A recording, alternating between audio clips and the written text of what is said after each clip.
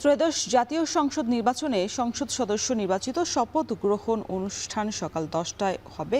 এ নিয়ে আরও খবর জানাতে সংসদ ভবন এলাকা থেকে যুক্ত হয়েছেন সহকর্মী সাব্বির রোজ। আর তো ঘণ্টা দুয়েক পরেই শপথ গ্রহণ অনুষ্ঠান কেমন দেখছেন সংসদ ভবন এলাকা? কেউ কি এখন পর্যন্ত আসতে শুরু করেছেন কিনা?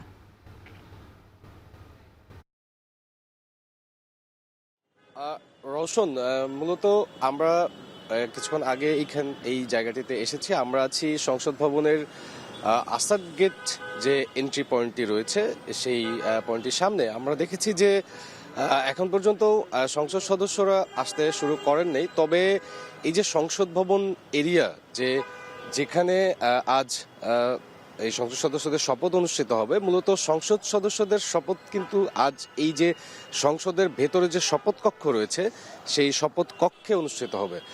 এবং এদিন বিকেলেই কিন্তু আরেকটি শপথ অনুষ্ঠান রয়েছে, যেটি হচ্ছে যে মন্ত্রিপরিষদ সভার যে শপথটি সেটি সংসদ ভবনের বাইরে অর্থাৎ দক্ষিণ প্লাজায় অনুষ্ঠিত হবে। তো আমরা যেটি লক্ষ্য করেছি যে আইন শৃঙ্খলা বাহিনী এবং সংশ্লিষ্ট প্রশাসন যারা রয়েছেন তারা ব্যাপক নিরাপত্তা নিয়েছেন এবং আমরা দেখেছি যে বিভিন্ন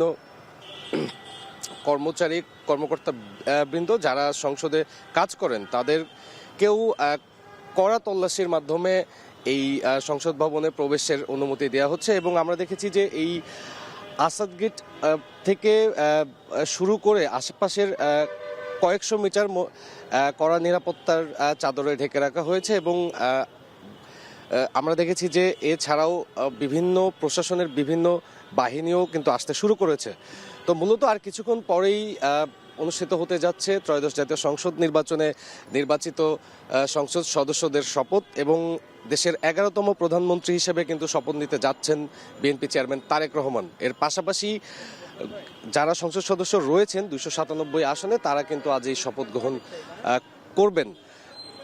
তো আমরা দেখেছি যে বিএনপি বরাবরই বলছে যে আজকের অনুষ্ঠানটি তারা একটি ভিন্ন মাত্রা এবং ভিন্নভাবে দেখার চেষ্টা করছে। এবং তারা বারবারই বার্তা দিচ্ছে যে এই যে সংসদ গঠিত হচ্ছে সেই সংসদে মূলত সরকার দল বিরোধী দলের যে অবস্থান সেখানে কিন্তু তারা একটি সম্প্রীতির বার্তা দিয়েছে যে এখানে একটি সহ অবস্থানে তারা যেতে চান এবং যে রাজনৈতিক সংস্কৃতি পুরনো যে রীতি সেই রীতি ভেঙে তারা একটি সৌহার্দ্যপূর্ণ সংস্কৃতিতে যেতে চান, যেটির প্রতিফলন এই সংসদ।